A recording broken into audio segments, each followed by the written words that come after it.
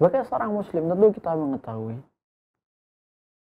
hukum mencela dan menghina Rasulullah Sallallahu Alaihi Wasallam itu adalah kufur, dan orang yang melakukannya bisa keluar dari keimanan karena mencela menghina Rasulullah, ya, itu merupakan salah satu pembatal dari pembatal-pembatal keislaman. Kemudian tatkala kita mengetahui ada orang yang menghina Rasulullah, mencela Rasulullah Sallallahu Alaihi Wasallam, kita yakini ini adalah kemungkaran.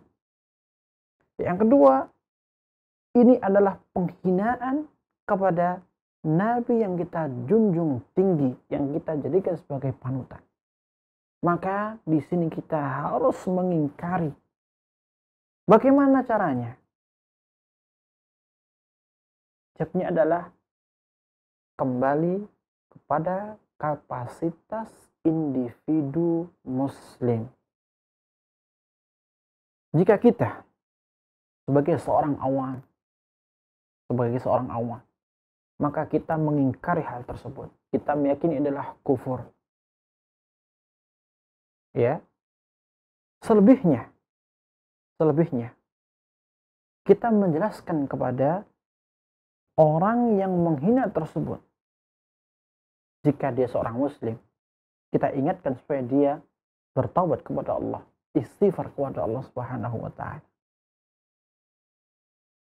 Jika dia orang yang kufur, maka kita mengambil sikap yang bisa menekan orang tersebut.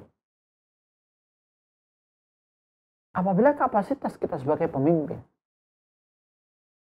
seperti yang kita sebutkan di awal, harus ada pernyataan resmi penolakan dan penentangan atas penghinaan kepada Rasulullah Sallallahu Alaihi Wasallam.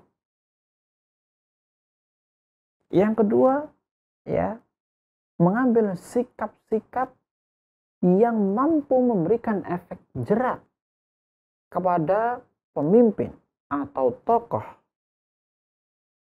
yang telah menghina Rasulullah Sallallahu Alaihi Wasallam.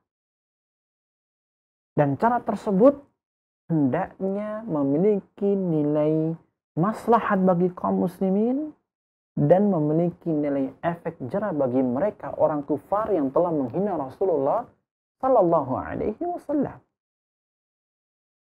Makanya tidak heran kita mendengar kabar kesepakatan mereka, negara-negara Arab, untuk memboikot produk orang kufar yang telah menghina Rasulullah Sallallahu Alaihi Wasallam.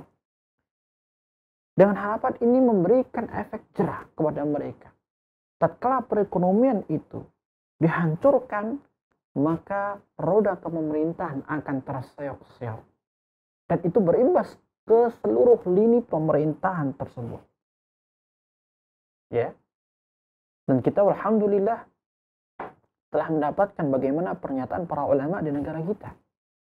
Ya, untuk memboikot ya produk-produk orang kufar yang telah menghina Rasulullah Sallallahu Alaihi Wasallam. Ya. Dan itu yang harus kita yakini bahwasanya ini merupakan ketetapan ulil amri yang harus kita lakukan.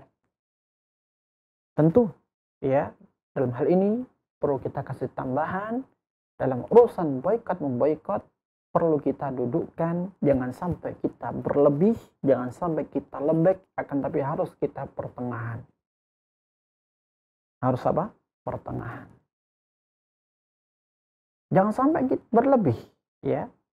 Artinya barang yang sudah dibeli dengan uang cash, kemudian itu sudah tersimpan di gudang, kemudian kita lenyapkan begitu saja tanpa diambil manfaatnya, maka ini termasuk yang ghulu, yang berlebih. Dan tidak memberikan efek jerah kepada negara tersebut. Mengapa? Karena uang yang kita berikan sudah mereka dapat. Seharusnya yang benar adalah menghentikan bentuk kerjasama apapun, entah perekonomian atau yang lainnya, di stop. Ya, sehingga perekonomian mereka terhenti di negara kita. Adapun terkait dengan produk-produk yang sudah masuk ke kita, atau misalkan kita sudah beli produk, ya, kecantikan, kosmetik, atau skincare, atau yang lainnya, sudah kita beli dengan uang kita. Maka dalam hal ini, boleh kita manfaatkan. Ya, mengingat apabila kita musnahkan, ini akan menjadi hal yang mubazir dan tidak memberikan efek jerah kepada mereka. Oleh karena itu, di sini perlunya mempelajari fikih boykot. Adapun terkait dengan pertanyaan yang kedua, tadi apa Mas Andika? Yang kedua? Jika pemimpin itu fasik, apa rakyatnya juga fasik, Ustaz? Iya. Terkait dengan pemimpin yang fasik atau mungkin zalim atau yang lainnya, dalam tanda kutip, selagi dia muslim iya, namun dia fasik, dia fajir, dia zalim atau yang lainnya, apakah ini menunjukkan kondisi rakyatnya sedemikian? Jawabnya iya. Dan itulah yang sering disampaikan oleh para ulama kita di kitab-kitab mereka. Karena seorang pemimpin adalah cerminan rakyatnya. Cerminan apa? Rakyatnya. Jika rakyatnya itu saleh, rakyatnya baik, maka Allah akan mengangkat pemimpin sebagaimana kondisi mereka. Namun apabila rakyatnya buruk, fajir, zalim, fasik, dan yang lainnya, maka Allah mengangkat pemimpin dengan kondisi mereka itu. Ya, dengan kondisi yang sama. Makanya pemimpin adalah cerminan rakyatnya. Jika logika akal sehat kita mengatakan tidak mungkin, ya, gerombolan tikus itu dipimpin oleh seekor harimau. Tidak mungkin. Segerombolan tikus pasti yang memimpin adalah tikus itu pula. Demikian pula gerombolan harimau. Yang memimpin adalah harimau. Bukan ular, bukan tikus, atau binatang yang lain, bukan.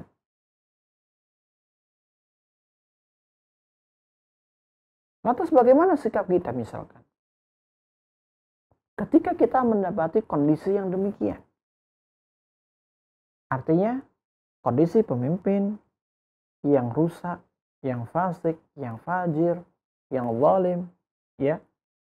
Langkah kita adalah melakukan perubahan dari individu kita masing-masing.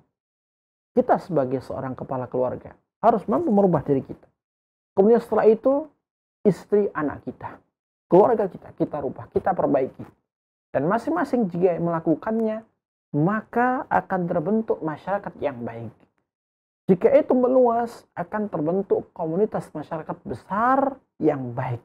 Dan akan membentuk bangsa yang baik, sehingga muncullah pemimpin yang baik.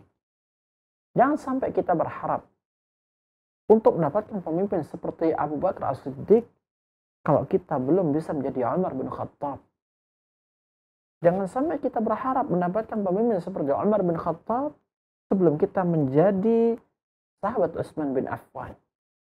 Jangan sampai kita berharap mendapat pemimpin seperti Utsman bin Affan sebelum kita mampu menjadi Ali bin Abi Thalib. Kenapa? Abu Bakar As-Siddiq ketika menjadi khalifah, siapa rakyatnya? Umar, Utsman, Ali, dan pembesar sahabat yang lainnya. Ketika Khalifah Umar bin Khattab menjadi khalifah, menjadi pemimpin, siapa rakyatnya? Utsman, Ali, dan pembesar para sahabat yang lain. Dan demikian pula seterusnya. Dari mana terbentuknya kondisi masyarakat yang baik? Dimulai dari perubahan yang diawali oleh Rasulullah SAW dahulu. Dakwah. Masing-masing individu memperbaiki. Dari individu ini, ya, menularkan perbaikan kepada keluarganya.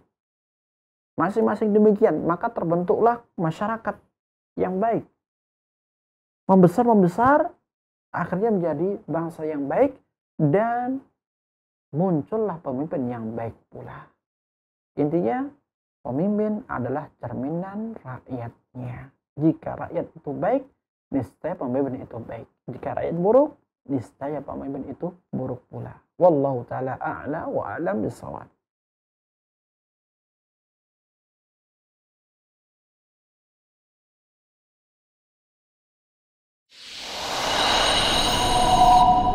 Al-Iman TV